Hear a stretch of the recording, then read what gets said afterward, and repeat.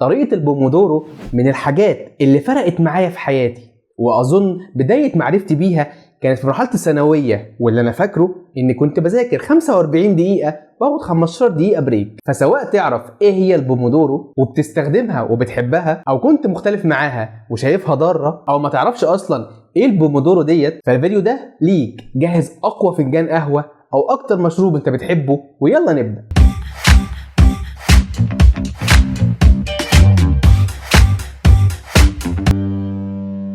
عزيزي المشاهد الجميل، السلام عليكم ورحمة الله وبركاته. أهلا بيك في حلقة جديدة من رتب أفكارك. أكبر تحدي بيواجه أي حد عاوز ينجز أو يذاكر هي الخطوة الأولى، إنك تبدأ. الموضوع عامل زي أول حركة العربية من السكون، بتحتاج عزم كبير جدا عشان تتحرك، بس أول ما بتمشي الموضوع بيبقى سهل، لأن أكتر حاجة بتمنعك إنك تبدأ هو عقلك.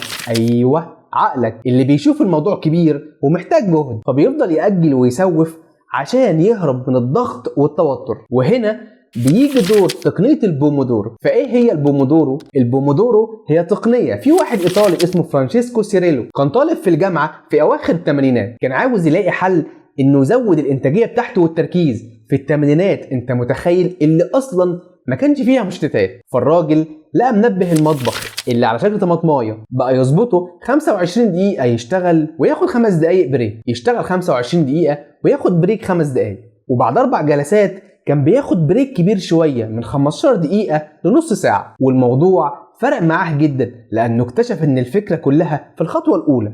فالبومودورو تكنيك بتقسم الوقت الكبير لفترات صغيرة من 25 ل 60 دقيقة، فعقلك ما بيحسش بالضغط والتوتر، والجلسة مش الكم اللي يخلي عقلك يقولك ياه هتقعد تذاكر أو تشتغل كل ده، وفي نفس الوقت خلال الجلسة دماغك ما بيلحقش ان هو تركيزه يتشتت او انك تسرح، لا بتقوم واخد بريك تجدد نشاطك وبعدين ترجع مركز تاني. فانت الكيرف بتاع التركيز ما بيلحقش ينزل. 25 دقيقة مش قانون ثابت، حدد وقت الجلسة باللي يناسب التاسك اللي انت شغال عليها ومدى تركيزك وحالتك المزاجية. احيانا ببقى شغال على تاسكات كبيرة فبخلي الجلسة ساعة، بقعد جلسة او 2 وبعدهم بفصل المنبه واكمل. واحيانا ببقى مكسل ومش عايز اشتغل فبجرجر نفسي اني بظبط جلسة 15 دقيقة، هم ال 15 دقيقة دول ومش هشتغل بعدهم. مجرد ما بيخلصوا بلاقيني بكمل عادي، لان دماغي دخل مود الشغل او المذاكرة خلاص. لحد ما بقى فيه تطبيقات مخصصة